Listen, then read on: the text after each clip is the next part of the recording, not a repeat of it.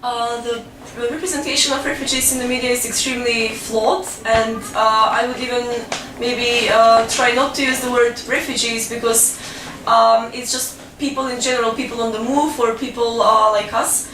And the representation in the media that we normally criticize is that of them being painted with the same brush as terrorists. And of course that often happens in the media, and we are aware of this, and we, the people, let's say, who are supporting these newcomers, try to be critical of this representation of all refugees as terrorists.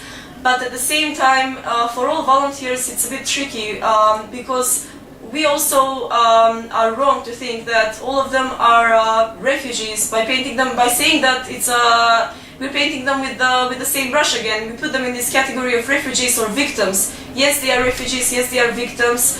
Yes, they are suffering and they've been through a lot. But at the same time, if we put them in a category of, if we victimize them like that, if we put them in a category of the victim only, then we eliminate the possibility of other people to identify with them, to see them as normal people like us who are suffering and struggling at the same time, because many of these people have gone through a lot and have crossed the sea under extremely precarious conditions, and they managed to cross borders under extremely precarious conditions, and they kept going and they keep struggling. So in a way, yes, they're victims, but at the same time they're also incredible fighters. And if we fail to recognize, if we, the left, or let's say the people who are supportive of the freedom of movement, of migration, if we fail to recognize this strength in them, and if we only see them as victims, then we would be doing the same as the right-wing people that we criticize. That is to say, we would be painting them with the same brush and representing them as a